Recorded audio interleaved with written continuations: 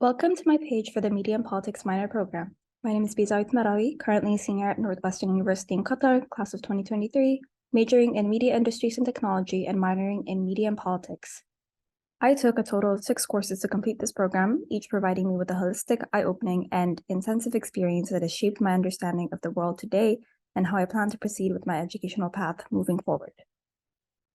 In this video, I will go through what educational teachings I've learned in each course, how I have used them in my time working in internships and class projects, and how I plan to apply them in my future endeavors in both academia and many things forward.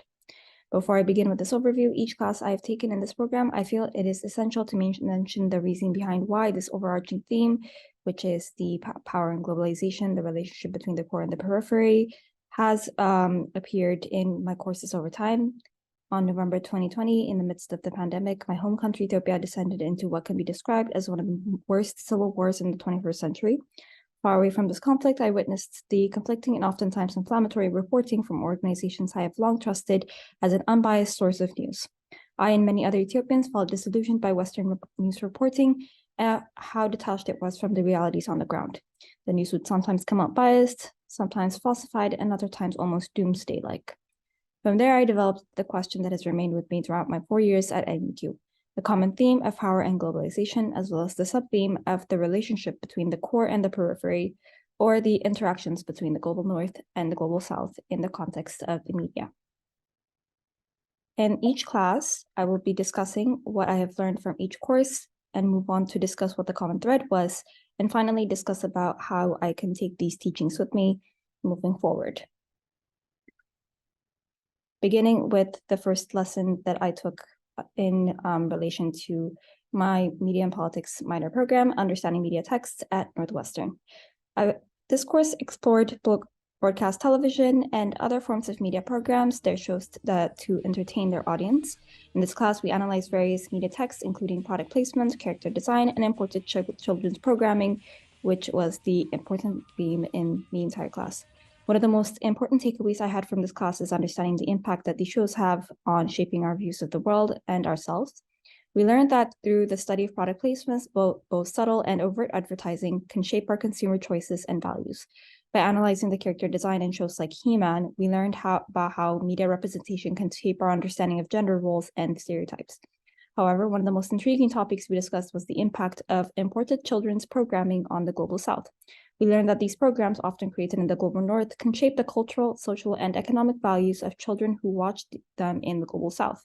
These programs can introduce new ideas, values, and ways of life to children watching them, which can have both positive and negative effects.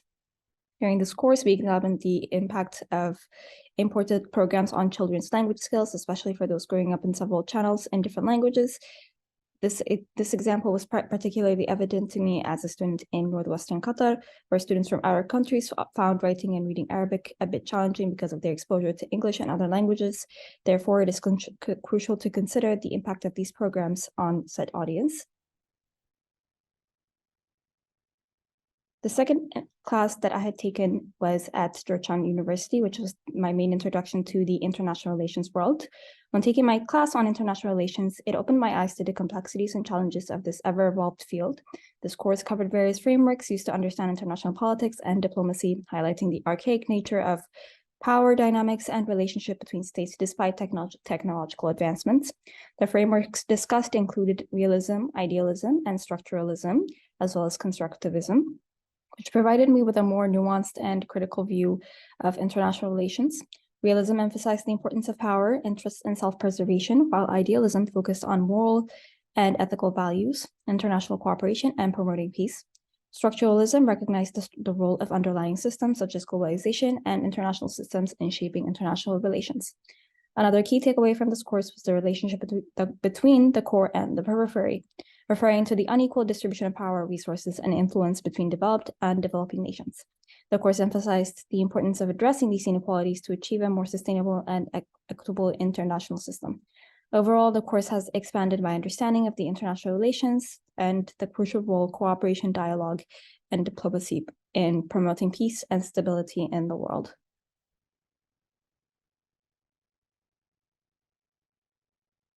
In the class of Internet and Society, which was taken at Northwestern Qatar, We discussed how digital technologies affect society and social transformation on an economic, social, and political level. We evaluated and contrasted the usage patterns and goals of social media and digital platforms across various platforms and cultural contexts. One of the key topics we discussed was the danger of online security. We talked about the continued breach of privacy by big tech companies through the use of online terms and conditions. We also discussed the idea of the internet as a vast, lawless world where society's true reflection appears, although debatable. It is a space where sexism, homophobia, and discrimination are rampant, and it is not something we can deal with as of now because regulators are struggling to understand this world. Another takeaway from this class is how the online world bleeds into reality.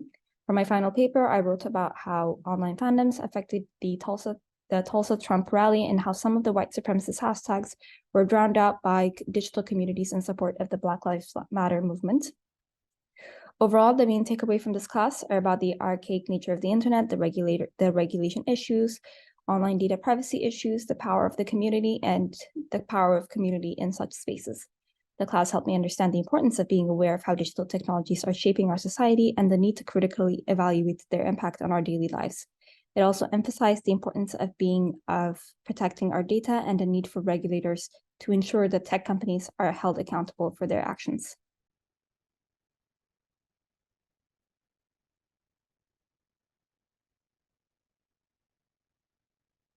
My media law and ethics class, which was also taken at Northwestern, opened my eyes to the intricate details surrounding the creation and dissemination of media content. And I learned about a great deal about the legal and ethical considerations that media professionals must take into account when producing content. One of the key takeaways from the course was the importance of intellectual property in the media industry. We learned about the various forms of intellectual property, including patents, trademarks, and copyrights, and how they protect the creator's original work. I found this particularly interesting because it highlighted a need for media professionals to be mindful of their rights and rights of others when producing content. Another topic that stood out for me was the examination of defamation laws in Qatar and the United States. Understanding the intricacies of these laws was essential in highlighting the need for responsible journalism and balancing the rights to freedom of speech with the rights of privacy and reputation. This also ties in with my growing interest in blurred lines of privacy, especially when it comes to public figures versus private figures. This class has also opened my eyes to the complex and interrelated legal and ethical issues that arise in the creation and dissemination of media content. This knowledge will be invaluable in helping me to produce responsible and fair content as a media professional in the future. In addition to the legal and ethical considerations surrounding media content creation and dissemination, the media law and ethics class also helped me examine the relationship between the global north and the global south in the media industry and beyond. This aided me in understanding how the media content often perpetuates stereotypes, biases around the global south, and how this can be harmful to individuals and societies. This highlighted the need for media professionals to be conscious of their own cultural bias and to strive for more equitable and inclusive media representation. Overall, this class has provided me with a greater understanding of the complex interconnected issues that arise from the media industry, and particularly in regard with the relationship between the global north and the global south. My experience in the International Political Economic course, which was the course I took at Georgetown University, and how it broadened my perspective on relationship between politics and economics on a global scale. One of the highlights of the class for me was the in-class debates we had on various topics. Throughout the course, we discussed topics such as globalization and its consequences on the world economy, global inequality, and the role of multinational corporations. These debates helped me better understand the complexities of the world economy and the different opinions and theories that exist. One of the most thought-provoking topics we discussed was global inequality. Some of my classmates argued that it is an inevitable outcome of globalization, while others argued that it could be solved through collective action. These debates helped me see the different arguments and perspectives in a new light. During our discussion on the role of multinational corporations in the world economy, we focused on how they impacted the global economy during the global pandemic, particularly in China. Some classmates argued that multinational corporations were primarily responsible for worsening the global inequality, while others saw them as a necessary component of globalization that helped them spread wealth and prosperity around the world. Overall, the debates in the class were an essential aspect of my learning experience in this course. They allowed me to consider different. And lastly, the class that I'm currently taking at Georgetown University, and my final piece to my Media and Politics minor is the Theory of Citizenship and Politics class. One of the key concepts that have stood out to me is in the class of Theory of Citizenship and Politics is the idea of hierarchy of citizenship, which highlights the unequal distribution of citizenship rights and opportunities among individuals based on their place, birth, race, gender, or socioeconomic status. This has been particularly evident in our discussion of functional criteria for granting citizenship, where we have seen examples of citizenship being given to footballers in Qatar based on their ability to serve the state's functional needs. Another important issue that we have explored in this class is the problem of statelessness, where individuals are not recognized as citizens by any state, leaving them without the protection and rights that come with citizenship. This is a significant challenge to achieving the United Nations Sustainable Development Goals, and a recent presentation in my class, actually, on the Badoons of the Kuwait highlighted the broader issue of statelessness and its global implication. Through this course, I have come to appreciate the importance of promoting and protecting citizenship rights and the need to ensure that the rights of the citizens is accessible to all individuals, regardless of their background and/or circumstances. The course has provided me with a deeper understanding of the politics and theory of citizenship and many challenges that citizens face in their efforts to secure their rights. When looking at the connecting thread, over the course of 4 years, the recurring theme of power and globalization consistently emerged, with the introduction of the core periphery dynamic becoming a persistent lens through which to view every class that I took. Power and globalization are two interrelated concepts that have been at the forefront of discussion on international relations for decades. The relationship between the core and the periphery is a central aspect of this discourse as it reflects the hierarchical distribution of power in the globalized world. In all my class elements of this relationship appeared consistently. The concept of power refers to the ability of one entity to influence or control the actions of another entity. In the context of international relations, power can take different forms, such as military power, economic power, and cultural power. Globalization, on the other hand, refers to the interconnectedness and interdependence of people, economies, and cultures across borders. The globalization process has been driven by advancements in communication, transportation, and technology, among other factors. When it comes to the media, all forms, including hard news and entertainment, become influential factors that can act as soft power and shape world perception.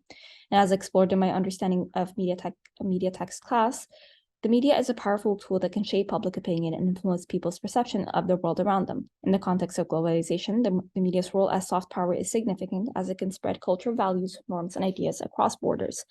Whether it is through television, movies, music, or social media, the media has the potential to impact people's views and beliefs. The core periphery dynamics in globalization reflect the unequal power distribution among countries and regions.